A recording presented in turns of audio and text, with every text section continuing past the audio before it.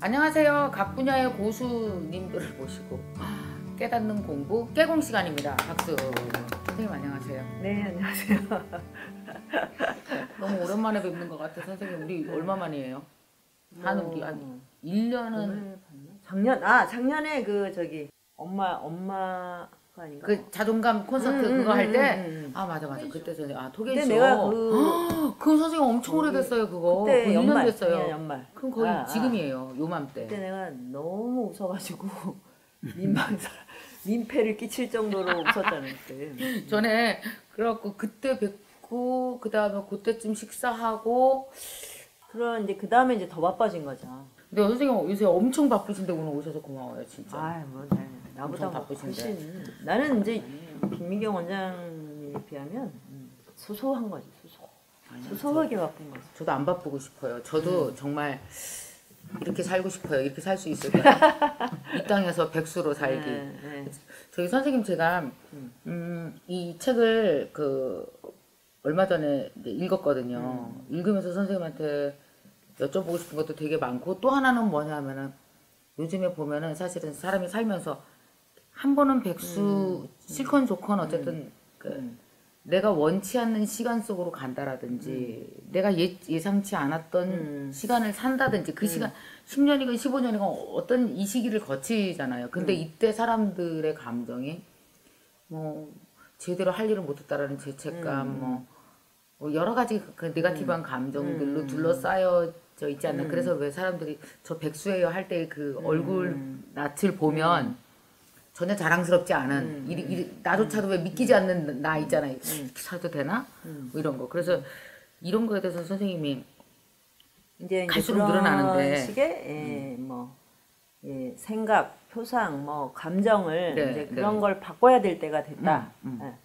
이제 맞아요. 계속 그런 부정적이고 수동적인 감정을 거기에 그 단어에 부여해서 그거를 이제 개인들이 내면을 하면 청년 백수, 중년 백수, 또 그 다음에 정년 이후의 백수. 맞아요. 또 백세 인생이니까 노년에도 노동이 없다는 점에서는 백수잖아요. 그렇죠. 이런 모든 세대가 굉장히 자괴감을 갖고 살아야 된다. 이거는 좀 말도 안 된다. 말도 안 되는 이런 거죠. 생각을 하게 된 거죠.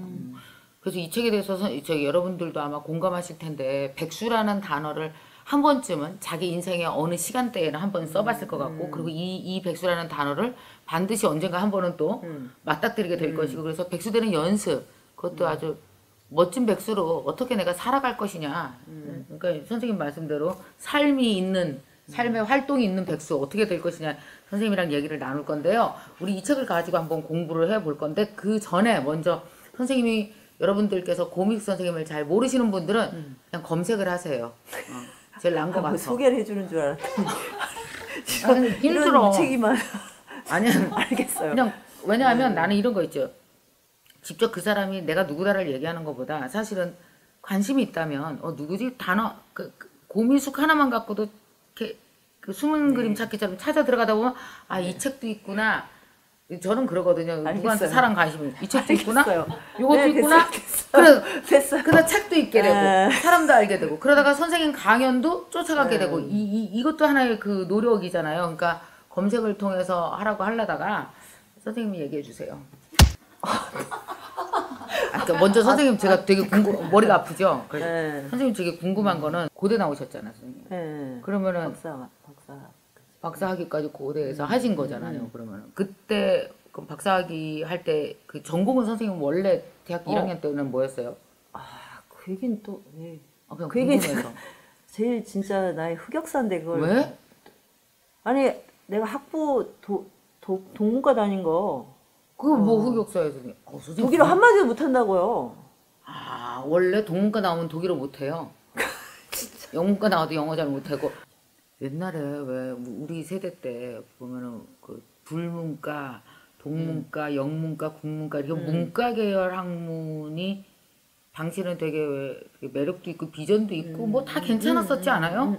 근데 요즘에는 완전히 그죠? 문과 계열이 왜 이렇게 무너졌어요? 그지? 그거는 글쎄 왜 너무 무너졌는지 안타까워. 근데 없으면 안 되는 거 아니에요? 대학의 인문학과 대학 전체가 다 무너지는 추세라. 전체 그죠. 네. 그리고 이제 글쎄 이 기술 문명의 환경이 네. 예, 그러니까 유럽 쪽하고 뭘 활발하게 하는 시대는 아닌 것 같아요. 그러니까 오히려 이제 중국어 같은 게 훨씬 더 예, 많이 쓰이겠죠.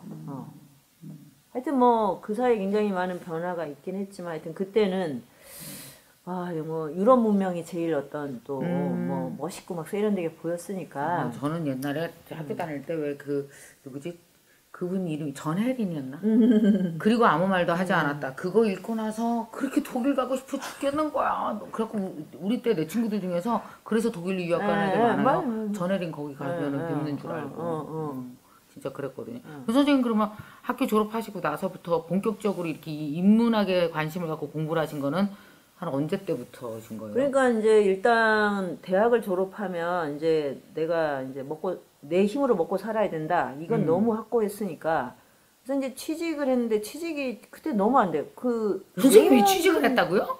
잠깐 취직해야 먹고 살 거 아니에요. 그래서 이제 출판사 욕심을 부리지도 않았어. 그냥 작은 출판사에 가서 그냥 조금 월급을 받더라도 책과 함께하는 일을 하겠다. 이런데 그게 안 되는 거예요. 취업이 안 됐어요? 세상에. 신기하네. 정말 정말 내 팔자에 정규직은 정말 없는 걸로. 아니 웬만하면 될 것 같은데 안 됐어요? 안 돼서 이제 간신히 무슨 조그만 잡지사를 들어갔는데 고대까지 나왔는데 왜 안 됐을까? 그러니까 얼마나 이제 이게 면접을 못 본 거 아니야 선생님? 면접이고 뭐고 다 이렇게 뽑기가 좀 내가 생각해도 뭐 이렇게 민첩하지도 않지 뭐 똑똑해 보이지도 않지 뭐 그러니까 뽑을 수가 없었던 거야. 내가 이해가 돼요 지금 오히려. 선생님을 안 뽑은 게? 나를 안 뽑은 그 사장님들이 너무 이해가 돼요. 예. 근데 아직 어쨌든 25살 고미숙을 너무 보고 싶다. 상태 어땠었는지. 지금은 그다지 다르지 않아서 비슷해. 일관성 있는 선생님이라 여기서 전기만 했지 똑같았을 것 같아. 별로 안 뽑았겠다. 네. 그랬는데 그 간신히 어떤 잡지사를 들어갔는데 월급을 안 주는 거야 세상에. 3달을 뭘 했는데. 어머. 그래서 그거는 이제 집어치우고. 그래갖고 정말 그때 정말 너무너무 백수가 드문 시절에 청년 백수로 지냈어요. 그러니까 보통 진짜 특이하네. 그때는요 백수가 되기가 백수라는 힘들었어요. 말도 굉장히 드문. 그리고 워낙 그 회사들이 우리나라가 급성장을 할 때잖아요. 그래갖고 사람이 모자랄 텐데. 그리고 또 여학생은 좋은데 취직을 하거나 아니면 시집을 갔는데 두 길이 다 이제 나에게 막혔고. 그래서 이제 나는 정말 우리나라 이제 백수의 원조가 된 거야, 내가.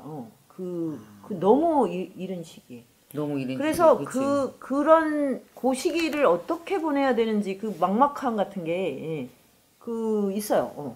하여튼 이제 그러다가 무슨 조그마지 않아. 좀 큰 출판사를 들어갔는데. 나중에. 월급은 너무너무 작았어요. 근데 어쨌든 이제 월급을 받고 일을 했는데, 세상에 난 책을 많이 볼 줄 알았더니 그 출판사는 책을 못 보게 해. 왜요? 사전을 만드는 데를 들어간 거야.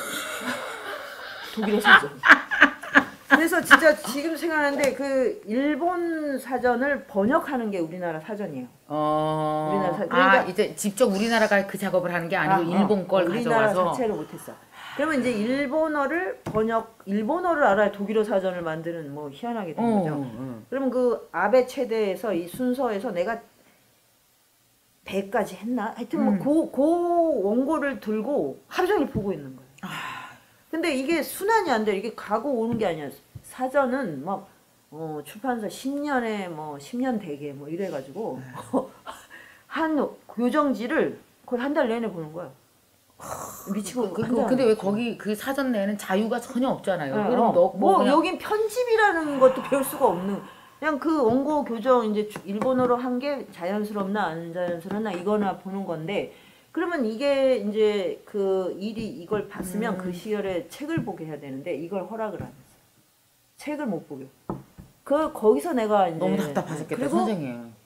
딱 9시에 시작해서 네. 이렇게 그 옆에 이제 개종 시간인데 6시를 땡 치잖아. 그러면 부장님이야 전 직원이 빨딱 일어나 가는 거야. 지금. 정시 퇴근을 했어요? 그것도 그 시대답지 않네.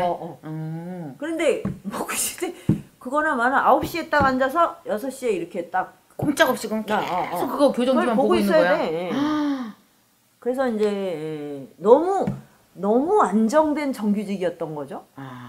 너무 지나치게 안정돼. 지나치네. 그래서 이거는 이제 도저히 이렇게는 못 살겠다 해서 이제 좀 일찍 출근을 해서 뭐 책도 보고 뭐 그때 이제 다른 취미 활동도 하고 끝나고 동네 도서관 가서 책 보고 이런 일을 하다가 이제 이제 대학원을 가야겠다. 그렇게 해갖고 그만두고 한 달 동안 이제 공부를 했는데 그때 이미 이제 유럽이나 뭐 이런 독일어에 대한 이제 그 환상은 다 깨졌고 그때 이제 나는 이제 글쓰기를 정말 잘하고 싶다. 그걸 이제 저한테 이제 그 욕망을 심어준 게 대학 4학년 때 이제 그 국문과 강의를 들었을 때 이제 그 선생님이 그래서 이제 국문과로 바꾸느라고 또 아주 생고생을 했어요. 선생님 그러면 들어가기 어문 계열로 가서 독일 동문학과를 하다가 그 다음에 다시 또 국문학과로 근데 가고 그 국문과 이제 그 선생님 전공이 고전 문학이어서 현대문학도 아니었던 거야.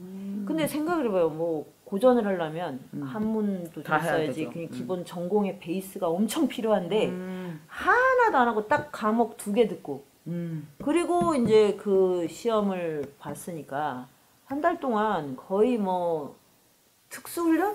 그러니까 이제 그 죽어라고 공부했겠네 진짜. 이제 아침에 이제 전공 공부 이만큼 이제 쌓아가지고 우리 학교는 좀 창피해서 못 가고 그 좀 수일에 있는 여자 대학에 몰래 도서관에 가서 하고 저녁 때 이제 그걸 다 읽고 이제 오고 이걸 한 달을 해서 이제 시험을 봐서 무사히 들어가긴 했죠. 근데 그 다음이 문제야. 그 다음에 뭐 아는 게 하나도 없는데 그 전공을 어떻게 따라가?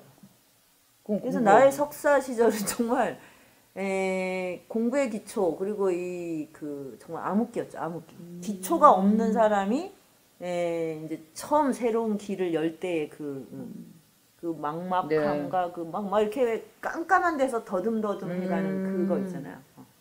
그러면 선생님은 대학교 때부터 박사 딸 때까지 공부한 그 모든 기간이 엄청 몇 년이나 됐던 거예요? 그러면 이제 토탈에서 10년. 10년. 이제 10년을 완전히 기초만 쌓는 일을 한 거야. 그러니까 내가 제 인생을 보면 이렇게 굉장히 속도가 느린 사람이구나. 나는 뭐 빨리 뭘 이룬 적이 없어. 내 이제 명리학 배우고 나서 보니까 내 사주가 정말 속도가 느린 사주. 그래요 선생님 사주가? 금수 토금수만 있거든요. 선생님 3개만 있고 2개 다 비어 있어요? 그러니까 봄, 여름 이 목기, 화기가 있어야 이 속도감이 있거든. 근데 나는 이제 토, 금, 수 다 느린 그 오행으로만 돼 있어. 그래서 이해를 했죠. 저는 토가 비어져 있고 그냥 화랑 목이랑 그냥 든든하시잖아요. 연락 흐르죠. 그러니까 뭐가 그냥 올라가는 이걸 다이나믹 김미경 말. 여러분들이 이걸 저 사람들 둘이서 뭔 얘기하는 거야 하는데 그때 잘 모르시겠으면 그 전체적으로 여러분이 태어난 그러니까 사람의 태어난 그 전체 자리와 하늘의 이치와 빗대어서 함께 그걸 공부해 나가는 게 선생님의 그 나의 운명 사용 설명서 그 책을 저는 너무 재밌게 읽었거든요. 제가 그 책을 읽고 나서 너무 좋아서 선생님을 만난 게 벌써 선생님이랑 저랑 만난 지 꽤 됐죠. 그때가 2012년에 만났죠, 우리. 12년, 13년. 선생님 12년이에요. 12년에 만나서 공부하다가 13년에 그 일 생긴 거라고요. 아니, 12년에 책 나왔는데? 아무튼. 아니, 12년이에요. 우리 12년에 만난 거 아니니? 13년이니? 13년. 겨울에. 겨울, 1, 2월 뭐 그쯤 되는 것 같아. 선생님, 그죠? 맞아요. 13년에. 그래서 선생님 뵌지가 그러면 13, 14, 벌써 6년째네요. 진짜? 나 이렇게 오랫동안 친구 안 사귀는데. 그러니까. 오래. 그래서 선생님이 그때 제가 너무 사주 명리학을 선생님과 함께 공부를 하고 싶어갖고 만났는데 선생님의 사주 명리학은 되게 특별했던 것 같아요. 그냥 왜 사주를 푸는 그런 게 아니라 이걸 내 몸에 적용시키고 내가 나의 운명을 어떻게 재해석하고 뭐 이런 가지고 나 자신의 다양한 스토리를 만들어내는 그게 너무 재밌어요. 그러니까 최근에 하나 떠오른 게 바로 그 속도. 신체는 속도의 교집합이다 이런 느낌을 받았거든. 그게 이제 운명 자체도 여러 속도들의 자충우돌이 만들어내는 어떤 물리학의 공간 같은 거요. 그 사람마다 속도가 다 달라요. 다르죠. 네, 달라요. 선생님이랑 저랑도 속도 되게 다르고 우리 서 팀장이랑 나랑도 속도 엄청 달라요. 제일 느린 애 쟤예요. 김민경. 너 뭐지? 토가 5개예요. 그러니까 꼼짝도 안 해요, 쟤는. 그런 사람이 있어야 이 든든하지. 베이스캠프 역할. 맞아요. 그래서 어떠냐면 내가 앞에 나가면 쟤네가 뒤에서 딱 잡고 나를 이렇게 적절히 뒤로 끌어잡아당겨서 원래 있어야 될 위치로 도와줘. 너무 오버하지 않게 얘네가 늘 도와줘요. 그런데 그래서 김민경은 쟤랑 같이 있으면 나는 답답해 죽는 거예요. 왜 저러는지 얘가 안 가. 근데 김민경은 너무 내가 빨리 나가니까 나 그러지 말라고 워워워 하는 역할을 해주죠. 서로 그러니까 도와줘. 그 속도들의 상생상극 이 균형이 인생이라고 할 수 있어요. 그러니까 같은 속도를 가진 사람끼리 있다고 생각해야지. 끝났지. 그러면 절벽으로 떨어졌을 이미 벼랑 끝에 가 있는 거지. 가있지, 벼랑 끝에. 서로 누가 더 빨리 떨어지려고 애쓰는. 그렇지, 누가 먼저 떨어졌나 그랬겠지. 그래서 묘하게 우리 회사 직원들을 보면 내가 마음이 되게 똑똑한 사람인 것 같아, 선생님. 마음이 똑똑해? 그게 무슨 말이냐면은 마음이 똑똑해서 아는 거예요. 그래갖고 내가 나랑 똑같은 사람이지, 속도가 비슷한 사람은 우리 회사에 한 명도 없고 다 나보다 속도가 2~3배 정도 이렇게 굉장히 속도를 제어할 줄 알거나 원래 천성적으로 이 속도인 느린 속도인 사람들을 내가 좋아해요. 그런 직원을 되게 끌리고 좋아하고 속도 빠른 직원은 내가 싫어해요. 그러니까 내가 살려고 그런 애들만 뽑는 거지. 똑똑해서가 아니라 그냥 누구나 다 그 정도의 직관은 다 몸에 있어요. 그런 거예요? 네, 알았습니다. 그럼 안 똑똑한 걸로. 그 공부의 기초를 잡는데 10년이 걸렸다. 너무 뛰어난 이제 천재, 기라성 같은 막 그런 이 인재들이 어마어마했어. 그때는 이제 대학원에 이제 국문과 대학원에 그런 인재들이 많이 왔거든요. 그러니까 나는 뭐 이거 따라가느라고 뭐 경쟁심이고 뭐고 여기서 그냥 살아남는 거. 근데 이제 몇 년 되니까 이렇게 점점 없어지는 거예요. 이 천재들이. 그래서 내가 더 이상 공부를 하지 않고 포기하셨다고. 근데 이분들이 너무 뛰어나니까 밖에서 러브콜이 많은 거야. 이런 분들은 공부를 못해요. 그래서 내가 이제 이렇게 논문을 쓸 때 되니까 앞에 거의 뭐가 없어. 없어요? 그 기라성 같은 인재들이 거의 다 없어진 거야. 어떤 다른데 연구원 뭐 이런 데로 다 해서 간 거나? 방송계 PD 그 신문사도 막 외국 신문사 많이. 그런. 그래서 왜 안 데려갔지? 아무도 아까 얘기했죠. 출판사도 들어가기 어려웠다고 네팔자가. 그러니까 이해되잖아요. 그러니까 선생님이 이게 이 길로 오기 위해서 아니 그게 아니라 뭐 그냥 아무것도 못하는 뭐 아무것도 잘하는 게 없으면 공부를 할 수 있구나 이걸 알게 됐어. 근데 다른 재능이 많으면 이 공부라는 걸 특히 이제 인문학의 길을 계속 가기 어려워요. 그렇지. 유혹을 그렇죠. 받으니까. 맞아요. 본인도 얼마나 답답하겠어. 이거는 뭐가 표시가 나는 영역이 아니니까. 그래서 나는 이렇게 여기 자꾸 두드리면 마이크로 소리 다 들어가. 이렇게 두드리면. 나는 이렇게 여기서 하세요. 무재주구나. 이렇게 재주가 없을 수가 있나 이런 자괴감이 나중에 이제 딱 바뀐 거죠. 이것이 내 인생의 축복이었구나. 나는 어떤 그런 유혹이 없어요. 책 읽고 그 글 쓰고 책에 대한 얘기를 하는 것보다 더 즐거우면서 가치 있다고 생각하는 일이 없어. 내 신체에서. 그러니까 나는 너무 이게 편하고 좋은 거죠. 선생님 거기에 딱 그럼 선생님 만약에 예를 들어서 그 사실 어느 정도의 지적 능력이라고 해야 되나요? 깨닫고 사고하고 읽고 생각을 키워나가고 이런 그 재능이라고 해야 되나? 그런 게 선생님한테 있는 거였어요. 어렸을 때는? 왜? 아니 없죠. 나 어렸을 때 꿈은 축구 선수였어요. 참 하나 올려. 아니 그때 그 차범근 선수가 너무 그 스타여가지고 많은 사람을 버려놨구나. 차범근 선수가 우상이었거든요. 그래서 고려대학교를 갔어요. 차범근 선수가 고대를 다니길래 저 대학이 제일 좋은 거 때문에 고대를 믿을 수가 없어요. 선생님이 그런 식의 사고를 해서 고대를 갔다라는 게. 그러니까 그래서 그 뭐 이렇게 꿈이라는 게 참 네. 허황하다는 게 잘하셨을 것 같아요. 축구하셨어도. 선생님 지금도 왼발 슛이 좀 있어요. 지금도 이제 뭘 차봤는데요 요새? 우리 가끔 1년에 한 번씩 그 저기 이 겨울 캠프 하면 축구해요. 근데 선생님 이거 보면 몸이 되게 다리 힘이 되게 세요. 내가 손은 이렇게 돼가지고 아주 그냥 뭘 잡지를 못해요. 이게 다 흘려 다. 안 흘리고 먹는 게 제 꿈이에요. 그게 뭔 한 말이에요? 끼라도 안 흘리고 먹어보는 게. 손이 이렇게 야무지지 않죠, 선생님. 손이. 그럼 선생님 뭐 이렇게 뭐 이런 거 옷 만들고 뭐 꼬매고 이러는 전혀 거 불가능하죠? 네, 자수 이런 거 친구들이 다 해줬어. 고등학교, 중학교 때. 손은 현찮은데 발은 되게. 근데 나는 다리 이제 쪽은 그러면 그 걔네들을 위해서 뭐 빵 사주고 또 걔네들이 싫어하는 변소 청소 내가 해주고 이런 거 있어. 변소 청소는 되겠다. 잘해. 그럼 왜냐면 이게 이렇게 비위가 튼튼해서 별로 더러운 거에 대한 뭐 그 예민함이 없어. 오, 그 축구 해보셨어요? 근데 다리는 되게 튼튼해. 그래요? 발은 아주 다무지거든요.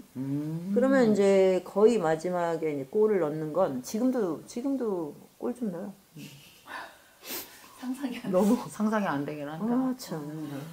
그 선생님 제가 이 듣는 분 중에서 이런 게 있어요. 공부 그러면은 왜 사람들은 흔히 그 공부와 암기 우리가 학교에서 하는 공부 있잖아요. 그래서 인생 공부, 인생을 통해서 전반적으로 깨달으려고 끊임없이 책을 읽고 공부하는 것과 그냥 우리는 너무 공부를 일찍 학교에서 그런 식으로 주입받은 거잖아요. 그래서 자기 공부 능력이 나는 공부를 못할까요? 선생님은 그래도 뭐 고대 들어갈 정도로 머리도 있고 그랬으니까 이렇게 계속 글 쓰고 공부하는 게 가능하지. 나는 원래 학교 다닐 때 공부도 못했어요. 학교 다닐 때 얘기 많이 하잖아. 학교 다닐 때 공부도 못했어요. 그래도 내가 지금 현재 이렇게 나이가 들어서 엄마가 되고 뭐 40대 50대가 됐다. 지금 공부를 다시 할 수 있을까요? 라고 묻는다면 어떻게 대답해 주실래요? 그러니까 그 공부에 때가 있다. 그거 자체가 네.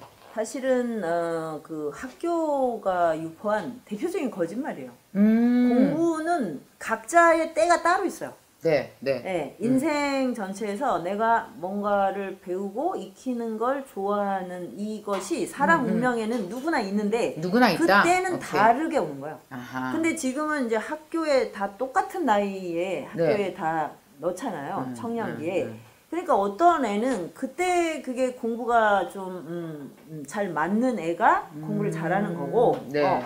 그때 전혀 이제 공부의 때가 아니야. 얘는 막 이제 뭐 나가서 뭐 일하고 막 장사하고 싶은 욕망이 있어요. 있는데 내가 그때 10살인 거야. 네. 그거 어떻게 할 수가 있어요? 아하. 예, 그러면 이제 학교에 와서 이제 뭐 자꾸 이제 삐딱하게 이렇게 되는 거죠. 그래서 절대로 이거는 이런 식의 교육 시스템은 자본시장에 맞는 인재로 다 사람을 만들어내기 위해서 이렇게 세팅해 놓은 거예요. 그렇죠. 20살까지 이렇게 어느 정도. 이거는 그러니까 아주 뭐 일방적 준지란 거지 사실은. 폭력적인 거예요 어떤 점에서는. 그래서 그 10대 20대 공부를 못한다, 성적이 안 좋다. 네. 이거는 뭐 어떻게 보면 되게 당연한 거야. 그 나이에 공부가 맞는 거는 쉽진 않아요 사실은. 네.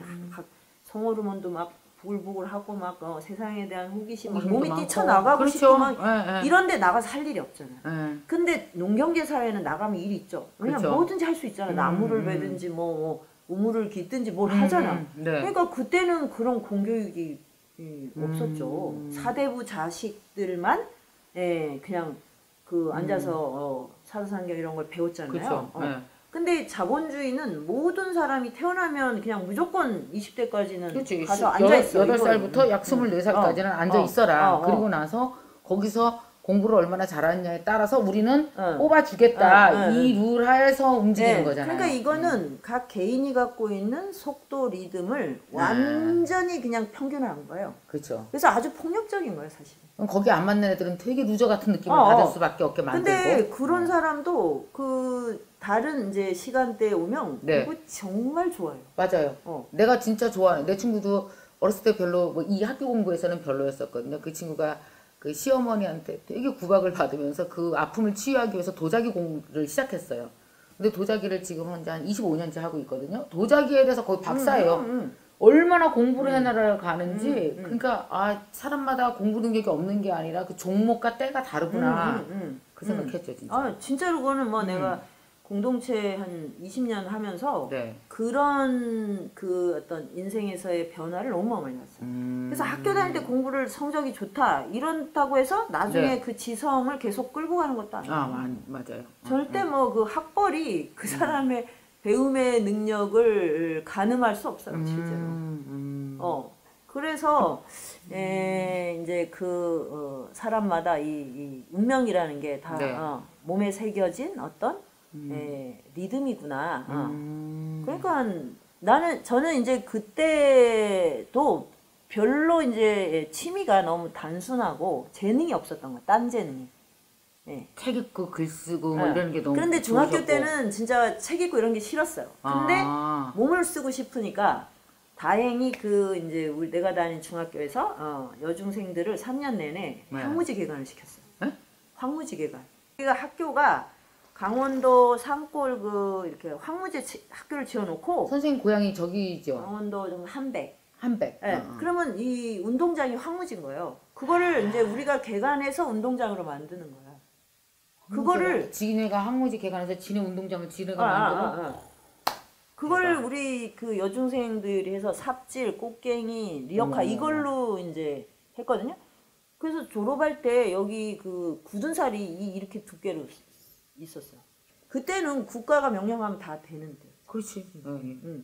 아니 저랑 4년 차이밖에 안 나는데 그럼 선생님은 강원도에서 그랬나? 그래서 나는 황무지 기간까지는 안 해봤어요. 근데 잔디씨 뽑기는 해봤어요. 그런데 그거 장무지 개간하고 이제 하루에 2시간씩 작업이라고 돼 있었다니까? 시간이? 작업. 이름이 작업이야? 그럼 나가서 이거 하는 거야? 꽃갱이질? 네, 꽃갱이질 하는데 근데 이제 여기 반전이 있어. 요즘 그렇게 하면 뭐 그것이 알고 싶다 뭐 PD 수첩 다 나오겠지. 다 나오지. 난리가 나겠지. 난리가 나는데 우리는 그 시간이 너무 좋았어. 왜? 공부 안 해서? 공부 안 하니까. 그때는 앉아있지만 않으면 다 좋은 거예요. 맞아. 우리 학교 다닐 때 그래서 앉아만 있지 않으면 그래서 좋았어. 지금 요즘 10대들이 참 되게 안 됐어요. 진짜. 맞아. 그때 여중생이 어떠냐면 선생님이 좀 만만하잖아? 떠드는데 어떻게 되냐면 수업 시간에 저기 책상 위를 뛰어다니면서 놀아. 맞아. 우리 부장 선생님이 와서 조용히 해. 1분 조용히 해. 다시 떠들어. 그런 에너지를 갖고 있었던 거예요. 맞아. 우리 중학교 때 그랬지. 그러니까는 나는 뭐 삽질을 또 열심히 했어. 막 열심히 하고 리어카 끄는 게 너무 좋아가지고 리어카 하고 그러면 애들이 또 거기 타. 그러면 이제 얼마나 재밌냐. 그거 끌고 이제 저쪽 이제 그 개울가에 갔다 돌 버리고. 근데 집에 안 가지. 집에를 왜 가? 집에 가면 아무것도 없는데. 텔레비도 없고 아무것도 없는데 왜 가? 그러니까 집에서 뭘 했다는 기억이 없는 거야. 다 밖에서 놀고 다시 애들이랑. 그 황무지에서 노는 거야. 요새는요, 그 학교는 좀 그래요. 공간이나 놀지. 왜 그 개인 과외처럼 이렇게 특별히 과외하는 데는요, 딱 선생님이랑 2명 앉는 요만한 닭장 같은 공간에 가보면 거기 이렇게 갇혀서 애들이 공부를 하거든. 아우 너무 가엾어.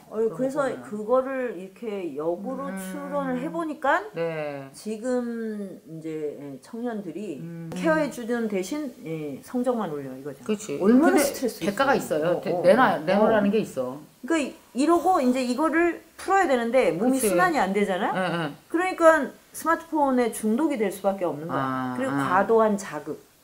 여기에 노출될 수밖에 없어요. 그렇죠. 그러니까 뭐 우울증 아니면 자살 충동 그다음에 굉장히 막 어떤 특이한데 막 그 몰두하는 거. 분노 조절 장애 되게 많이 오고요. 애들. 그러니까 이게 몸의 순환이 안 될 때, 내 여중 시절을 생각을 하면 저는 너무 얌전하고 말도 안 하는 거의 자폐증에 가까운 성격이었는데 그러했던 거예요. 축구를 하고 막 삽질 열심히 하고. 해가 져야 집에 가고 그랬는데 제 동생들은 남동생 둘인데 남동생을 집에서 본 기억이 안 난다니까. 걔들은 산을 넘어 다니면서 놀다가 가요. 네, 그 산이 많잖아요. 강원도에 좀 노는 애들은 산을 넘는 애들이고 2-3개 넘다 와. 근데 얌전한 애들은 나처럼 그냥 축구하고 삽질하는 거야. 자전거 타고. 온갖 걸 다 배웠어 나도. 배드민턴 탔고. 그런데 나 같은 진짜 많이 했지. 나 같은 성격이 이랬는데 그 지금 중고등학생 얼마나 힘들까? 그러니까 애들이 이렇게 병적인 증세와 부모에 대한 분노와 진짜 얼마 전에 제가 누구를 만나냐면은 그 강남에서 학원을 하는 그 오랫동안 한 선생님이 있어요. 그래서 만났어요. 그러면서 그분이 이렇게 얘기를 하는데 그 애들 휴대폰을 보면은 다 엄마가 엄마라고 써 있는 애가 드물대요. 다 욕으로 써 있대요. 엄마 호칭이. 세상. 뭐 연자 붙여가면서 분노를 풀 데가 없는 거니까 나를 이렇게 잡아둔 나라는 존재를 이렇게 잡아둬서 이런 데를 학원으로 가둬놓고 그리고 그걸 못하면 계속적으로 나한테 길티하게 막 죄책감을 주고 내 10대를 완전 망치는 사람이 저 여자라고 생각하고 그런데 근데 애들이 또 요새는 뛰쳐나갈 힘도 없잖아. 그러니까 그냥 그 혜택은 너무 좋거든요. 좋은 집에 좋은 거에 다 용돈 받고 이건 좋으니까 애들이 그러니까 이중적으로 애들이 분노가 쌓이는 그런 거더라고요. 그러니까 그게 다 연결돼 있는 거예요, 사실. 와, 그러니까 뭐 교육개혁, 뭐 교육혁명 이런 말이 나는 제도 뭐 이게 아니라 이 신체를 순환시키는 방식으로 그 프로그램을 다시 짜야 돼요. 네. 그러면 우울증, 뭐 자살충동, 뭐 왕따 이런 게 현저히 줄어요. 안으로 향하는 분노를 밖으로 표현하면 그게 생동하는 청춘의 힘이 되거든. 네. 이게 안으로 들어가면 그렇게 이제 분노와 막 이상한 데에 대한 집착이 생기는 맞아요. 그럼 선생님 왜 엄마들이 기왕에 얘기가 이쪽으로 왔으니까 더 좀 해보면서 엄마들이 왜 그 모든 아이들이 내가 아이를 잘 키웠다, 얘가 잘 된다라는 기준이 우리 되게 획일적이잖아요. 그냥 좋은 대학 나와서 삼성, 현대 들어가는 거예요. 대기업 들어가는 거예요. 선생님 말씀대로 대기업 들어가서 정규직 되기, 그 정규직이 되지 않으려고 엄마들도 그렇게 돈을 들여 아이를 키우는 것이고, 애들도 그걸 되기 위해서 정규직 아니면 공무원이잖아요, 사실은. 이 두 개를 향해서 젊은 애들이 막, 지금 현재 달려나가고 있는 중이잖아요. 그게 안 되면은 실제로 엄청 불안하게 살고 미래가 보장받지 못할 것이다. 이렇게 다 생각하고 사는 거죠. 근데 그게 굉장히 저는 좀 지금 청년들의 부모 세대는 그 민주화 운동을 하는 그 세대거든요. 네, 그렇죠. 그런데 우리 세대죠. 386. 네. 그러면 그때 이제 생각했던 청춘의 자유, 그다음에 뭐 민주주의, 인권 이런 거는 이런 거 하고 그 부모들이 그 자식을 키울 때 이 부여하는 이 경제적인 욕망이 나는 되게 모순적으로 느껴져요. 만약에 우리가 이렇게 이제 힘들게 민주주의를 이루었다. 너희들은 이제 정말 어떤 뭐 이 신체적인 침탈, 그 공권력의 억압 이런 걸 벗어나서 청춘을 마음껏 즐겨라. 청춘을 즐기는 거 딱 두 개예요. 에로스하고 로고스. 에로스 당연히 뭐 이건 뭐 그때 아니면 뭐 연애하고 친구 사귀고 이게 가장 좋은 시절이잖아요. 가장 좋은 때, 가장 관심 이 세상과 접속하는 시간. 그러고 동시에 뭐냐면 이 세상을 알고 싶다는 거. 뭐든지 다 궁금한 시절. 그게 로고스인데 이게 마음껏 누릴 수 있는 세대를 생각하면서 돌을 던지고 체류탄을 맞고 감옥에 간 게 아니었나? 나는 운동권이 아니었는데 나는 그렇게 생각했거든요. 그걸 공유했거든요. 근데 왜 자식한테 그런 자유를 안 줘요? 제가 자식이 없어가지고. 그 왜 그러냐면요. 두려운 거예요. 두려움. 제일 큰 게 두려움인 것 같아요. 우리가 왜 집단에서 뒤처졌을 경우에 우리는 되게 도태될 것이고 그리고 삶의 질은 떨어질 것이다 라는 생각. 그러니까 삶의 질을 높이기 위해서 이렇게 보면은 그래도 좋은 대학 나오고 좋은 회사 들어가고 이게 다 연결된다고 생각하는 거 착각이긴 한데 좋은 대학 나오면은 더 많은 사람이 좋은 대학을 들어가고 더 많은 사람이 좋은 배필을 만나고 그 좋은 배필을 만났을 경우 빨리 집도 사고 더 안정적으로 잘 산다. 요 공식하에 쭉 흘러가고 사실은 또 어찌 보면 이렇게 공식적으로 나온 데이터가 괜찮은 게 많이 쌓여 있는 것 같고 그러니까 이제 자식도 그 길로 보내려고 하는 거죠. 근데 지금. 그거는 딱 이거는요.